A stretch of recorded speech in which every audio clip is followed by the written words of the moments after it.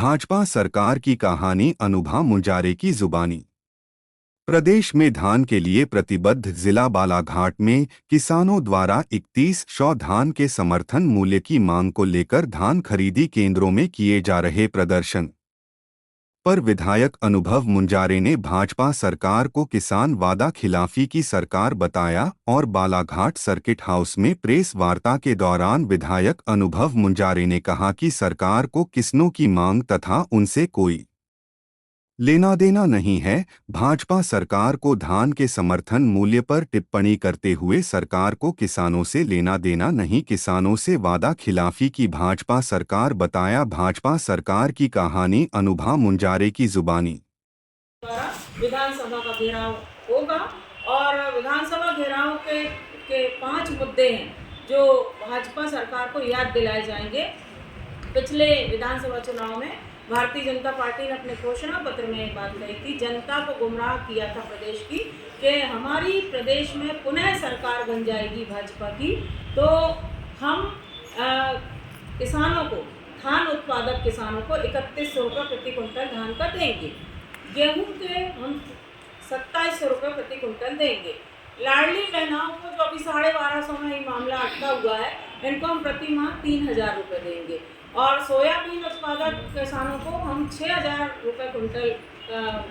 की राशि हम देंगे और उज्ज्वला गैस योजना जो कि पूरी ठप पड़ी हुई है उसको हम पुनः मजबूती से उसको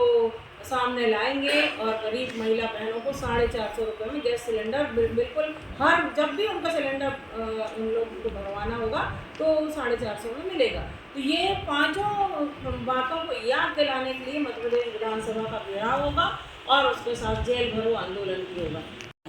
बहुत ज़्यादा छले गए हैं और अभी जितनी भी आप सोसाइटियों के सामने जाइए सब जगह किसान भाई आंदोलनरत हैं। 3100 रुपये धान की मांग को लेकर किसान भाई लगातार आंदोलन कर रहे हैं। 2 तारीख से धान खरीदी केंद्र शुरू कर दिया है शासन ने, लेकिन किसानों की धान को वही 2300 रुपये में खरीदने की बात हुई है। मतलब समर्थन मूल्य सरकार ने 2300 रुपये ही निर्धारित किया है, जबकि भारतीय जनता पार्टी के घोषणा पत्र में पिछले साल जब चुनाव हुए थे मध्य प्रदेश में तो ये बात बहुत मुखर तरीके से भाजपा के सभी नेताओं ने कही थी कि हमारी सरकार बनेगी फिर से एक बार तो 3100 रुपये धान का हम समर्थन मूल्य देंगे,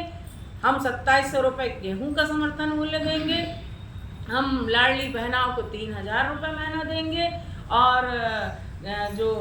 सोयाबीन उत्पादक हमारे किसान हैं उनको 6000 रुपये प्रति क्विंटल का समर्थन मूल्य देंगे और उज्ज्वला गैस योजना के हम 450 रुपये गैस सिलेंडर के गरीब महिला बहनों को देंगे। लेकिन 1 वर्ष हो गए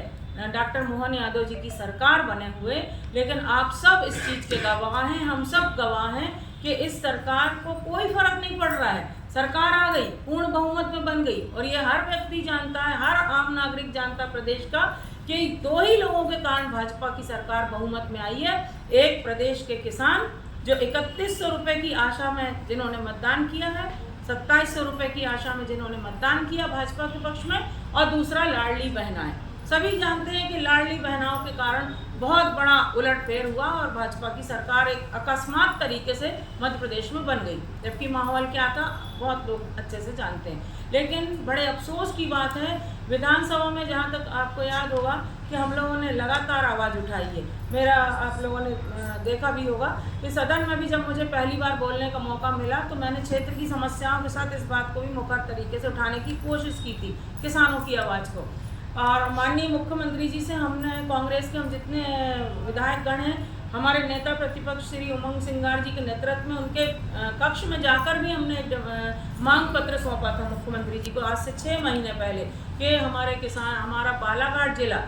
प्रदेश का सबसे बड़ा धान उत्पादक जिला है, तो हमारे यहाँ के किसानों को 3100 रुपये धान का चाहिए ही, होना ही चाहिए। पर उन्होंने कोई संतोषप्रद जवाब नहीं दिया, तो बोले विचार करते हैं, सोचते हैं। आज तक मुख्यमंत्री जी विचार ही कर रहे हैं, कोई उनका ठोस कार्य योजना नज़र नहीं आ रही है। अब इसके बाद मैं ये कहना चाहूँगी कि ये आंदोलन जो किसानों का चल रहा है ये भी अभी तो शांतिपूर्ण ढंग से चल रहा है, लेकिन किसानों ने, भाइयों ने हमारे अल्टीमेटम दिया कि हम भी चरणबद्ध तरीके से इस आंदोलन को बढ़ाते रहेंगे और ज़रूरत पड़ी तो फिर उग्र आंदोलन करेंगे। और उस उग्र आंदोलन में अगर कोई अप्रिय स्थिति बनती है तो जिला प्रशासन की और मध्य प्रदेश शासन की जवाबदारी होगी। और आज तक खुशी की बात यह है, हमारे किसान भाइयों ने इतनी एकता का परिचय दिया है कि आज तक तक भी एक भी स्लॉट बुक नहीं करवाया किसानों ने। सब एकजुट होकर बैठे हुए हैं कि हमारी भले धान ना बिके, हम रह जाएंगे भूखे प्यासे, लेकिन हम एकता को कायम रखेंगे और हम लोग बराबर उनके साथ खड़े हैं, क्योंकि किसानों की समस्या हमारी समस्या, और हम उनके साथ अगर इस मौके पे नहीं होंगे तो मैं समझती हूँ हमारे जनप्रतिनिधि रहने का कोई औचित्य नहीं रह जाता है।